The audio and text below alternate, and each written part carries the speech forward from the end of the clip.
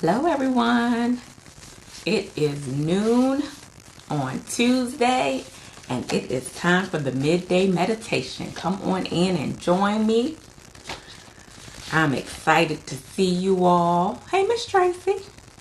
Excited to see you. Come on in. We're going to wait for some folks to join us. Hey Keenan. What's up? Keenan, you have not responded to my text message. I'm going to need a response back. Hello, everyone. Hey, Mother. She is on, honey, the live. She knows when I come on. She done got on Instagram, Facebook. She is showing out. Come on in, everyone. I got a good word today. I say that every week. But if I don't think it's a good word, then who is, right? So come on in. I got to tell y'all what we're talking about today. Don't be vain. Be thankful. So tag somebody. Because I have some issues with vanity. And I'm trying to work them out. It sounds worse than what it probably really is. But I'm a little vain when it comes to those lashes and a little makeup and nails and eyebrows. A little vain, honey. And this quarantine is bringing out some things. Hey, Christina. Thank you so much for filling in for me last week. Mom was supposed to have surgery last week, y'all. So that's why I wasn't on. But they called us the night before. Hey, Anik. Hey, Sora. And they canceled the surgery the night before. I mean, we had, gotten hair ready, bags packed, everything. And the surgery got postponed. So now the surgery is going to be this Friday. So please keep her in your prayers. It's a very serious surgery she's having on her carotid artery. And so we are going to be praying. We know she's covered in the blood. So let's go ahead and get started. Hey, Pastor Ryan. How are you? Good to see you. Lovey, how are you? So let's go ahead and get started. My name is Sister Crystal Smith, coming to you live from Healing H2O Instagram Live with your midday meditation. Our pastor is Bishop Chad Carlton. Our first lady is Lady Doris Carlton. And I'm so thankful for their vision to implement midday meditations, because it gives us the opportunity to give you just a little something really quickly to ponder on, whether you're on your lunch break, whether you are choosing to step away for a break, whether you on your smoke break, because I know some of y'all take smoke breaks, coffee breaks, whatever you on. It gives us the opportunity to give you a positive word, something to think about, meditate on, and take back with you for your day. So today, what we're going to be talking about? We are talking about don't be vain, be thankful. So this quarantine actually has us reintroducing ourselves to people that we haven't seen for 5, 10, 15 years. Because y'all have been wearing lashes, nails, dyeing your hair, and doing all this other stuff for so many years. We didn't even realize, and I have to say we, because me too, we didn't even realize how the real us looks, right? So, without my lashes on, my mom calls them Bossy the cow. Y'all remember that cow that had them long eyelashes? She absolutely hates them, but I absolutely love them, honey. I feel like my eyes are just popping. Everything is going with those lashes on. I don't even really have to put on a whole bunch of makeup. Just throw that on with some lipstick and I'm ready. So without them, I feel very void, very naked, right? So we're normally used to dyeing our hair. Guys, you aren't exempt, because we know those hairlines are all the way back on y'all occipital bone, just in the back of y'all's head. But you're not able to go to the barbershop, so you can get the little Beijing spray and get them edged up, get that line tight and right. Y'all stuff is growing out. So we're being reintroduced to some things and some people that we haven't seen in a long time. And then we're being transformed. I'm being transformed. I got to speak for myself, honey, because I'm around here eating everything. And the scale is telling me all about it. And it's hard. I've been trying to lose these last 5 pounds, last 10 pounds for the last 20 years. And still haven't gotten there. Now I'm just adding to the problem. It's so hard to get off. But today I want to talk about don't be vain, be thankful, right? So you all know I'm trying to launch this whole crystal clear convos where I get on and we having transparent conversations and we talking about X, Y, and Z. And the whole point is, in order to have crystal clear convos, you have to create content, right? Which means I have to get on the video. So I absolutely have struggled for probably a whole year with doing videos. I absolutely hate videos. I'm very critical of myself. Even with pictures that I would post, I would take 20 pictures, put a filter on, try to fix the pictures up, and then post the picture. So when it came to videos, especially live videos, I really have problems with live because I'm like, I can't fix it. I can't filter it. It's just really just me, right? So in order to create content, I have to make videos. And the content that I have is part of my purpose. What I have to say, the conversations that I want to have, the people that I want to engage with, it all has to do with what part of my purpose is, right? It's part of the gift that God gave me, right? But because of my own vanity and being vain, I have chosen at times not to create content, not to talk about or discuss what God has given me, because I feel I look a certain way. Oh, too many lashes are out on this side, so I'm going to wait till I get my lashes filled in. Or, oh, this gray hair is showing, so let me, wait until after my hair appointment before I post that video. So what is vanity? Vanity is excess pride in or admiration of one's own appearance or worth. And vain also means producing no results and useless. And I can honestly say that I have been meeting both definitions of that.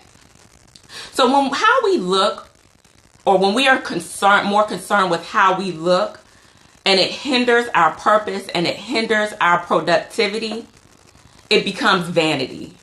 It becomes excessive and prideful. And at that point, the gift that God has given us is useless. It has no point, right? And a lot of times we say things like, I look terrible. Oh my God, I look so ugly without makeup. Oh my God, I look sick without makeup. I look a hot mess.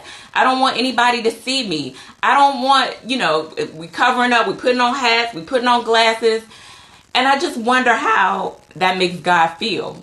Like God created us in his image. God created something that he thought was perfect. God does not make mistakes. He created us just the way we are. And for us to say, oh my God, I look terrible, I look ugly. How do we make God feel when we say what he created is ugly, right?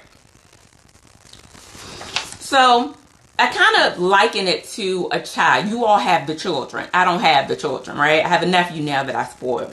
But say your child is in kindergarten, first grade, and they draw a beautiful self-portrait of themselves. And they bring it home to you, mom or dad, as a gift, right? And you take the self-portrait of them, you look at it, and you take a marker. You change the hair color. You change the shape of the eyebrows. You add on eyelashes. You put cheeks on, extra rouge on the cheeks, or add lipstick. And then you say, okay, now this picture is good enough for me to present or use for the gift that it was meant to be as a picture. How do you think that will make that child, who was the creator of that gift, feel? When you have to alter it before you feel like it's good enough to present, that's vanity, right? So when I talk about vanity, we don't want to allow vanity to limit us or distract us from our purpose, our dreams, our goal, our vision, whatever it is, whatever you have to do. Don't allow vanity to distract you from that, because it's been a lot of times that I just looked a hot mess, whether I look too fat, whether I look this, whether I look that. And I was just like, oh, I'm not going to be able to do that. But what if someone needed that word in that moment? What if the message that I had could have helped someone? And all of you may not have a platform where you speak or anything like that. It may be something completely different or unrelated.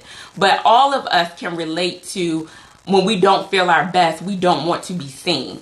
If you haven't had a haircut, you like, nah, I can't go do X, Y, and Z because I haven't had a haircut, right? So whatever our purpose is or our mission is or what we were created to do, or just being productive, when it gets limited and restricted because we're more concerned about how we look than fulfilling what we're supposed to be doing, accomplishing goals and deadlines, then that becomes a problem. So part of what today's message is be thankful. Instead of complaining about the eyelashes that I don't have. I need to say, God, I thank you that I have vision, that I have sight, and that I can see, that I'm not blind, that I don't have to be led with a stick or led with another person. God, I thank you for my vision. I thank you for these eyes that you created that I can see. God, I thank you for these eyebrows. I know they look like two warm caterpillars marching across each other, but God, I thank you for these eyebrows and this hair, because I could have a condition that limits my hair growth and I not have any eyelashes or any eyebrows or any hair. So I thank you for these eyebrows. God, I thank you for every gray strand. Now, if I went up in here and parted this hair for y'all, I'm going to do it. I'm going to do it so I won't be mad. Y'all see that? I have so much gray hair, and I'm young, y'all. I'm young. But I'm probably about 50% gray. But I totally keep my hair colored. So with the color, it kind of blends it in. It's not as noticeable. You can still see it, but it's not as noticeable. But instead of complaining about those gray stubborn hairs, God, I thank you for every strand of hair that you put on my head. Hey, Nation, what's up, boo? So I thank you for every strand of hair. I'm not going to complain about how gray it is. I'm not going to complain about how unruly it is. Y'all know I still get, look at that. I still get relaxers, you know, and I'm used to having my hair tight and right. I'm going to need this edged up. I'm going to need all that gone. But when it starts creating a problem and limiting me from being able to share word with people or talk to people, communicate and be productive, it becomes a problem.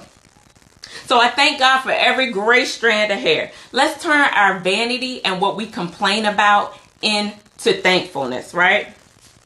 Someone asked a question, and I thought it was really, really good. They said, what if you were only left with what you thanked God for last? What if you were only left with what you thank God for last? So if you said, God, I thank you that I'm alive. God, I thank you for this home in which has clean running water. And you know how you just go through and you thank God. Some of y'all not thanking God. Some of y'all just asking God for things. So maybe you need to add that to your prayer and devotional to be more thankful, right? Write out some things that you're thankful for. But basically creating thanks. What if you were only left with what you thank God for last? And so if you think back and you say, wow, I haven't even thanked God for anything. You know, I've gone in, I did praise and worship. I worshiped the Lord. I went in and I gave him my prayer request and what I was asking him for. But I never thanked him for waking me up this morning. I never thanked him for my eyes to see. I never thanked him that although we're going through the pandemic, I'm in the United States of America. I have freedom of religion, freedom of speech. I have certain freedoms where I can worship freely. It's so many things to be thankful for. So I want to challenge you all to, instead of being vain, instead of being absorbed with the complaints and the distractions of what the pandemic is causing, let's be thankful for what God has given us and how God has made us. Because he made us in his image. He made us perfect. Not perfect as people, but like in his image. And God is perfect. He created us and he stepped back and said, that is good. And if God says it's good, then who are we to say that it's not?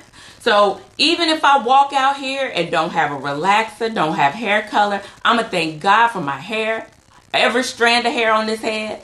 I'm not going to complain to God, well, God, why didn't you give me the wash and go hair? Or God, why didn't you give me this texture hair, y'all? This is like Harriet Tubman hair. I'm not even lying to y'all. So that's why, you know, everybody's on this natural kick and coils and foils. I can't do coils and foils, honey. I need some relax up in this stuff so we can get through it because it's coarse. It's down. It's deep down. I'm not lying. But I thank God for every strand because at times I can be very ungrateful and be distracted by a lot of different things. So bringing that all together, Psalms 139, this is the New International Version, says, "For you created my innermost being." From the inside out, God created us. You knit me together in my mother's womb. I give thanks and praise to you, for I am fearfully and wonderfully made. Wonderful are your works, and my soul knows it very well. That scripture also goes on to say how intricately and skillfully we were made. So God made us fearfully and wonderfully made. So instead of complaining about the things that we don't have and the things that we can't do right now, let's not be vain. Let's be thankful. And every time you think about, oh, I look terrible, oh, I look, thank God for something. Make a list of things that you thank God for daily. That is my time, and that is your midday meditation for today. I hope that you enjoyed it. Thank you all so much for joining me. For those of you who put comments in, thank you so much. Y'all said my hair looks good. Well, thank you, honey. If I turned around to the back and let you see that little wooga booga in the back, I don't know if you would say the same thing. But I thank you all so much for joining me. I hope you all have a blessed day. And remember, don't be vain. Be thankful. God bless.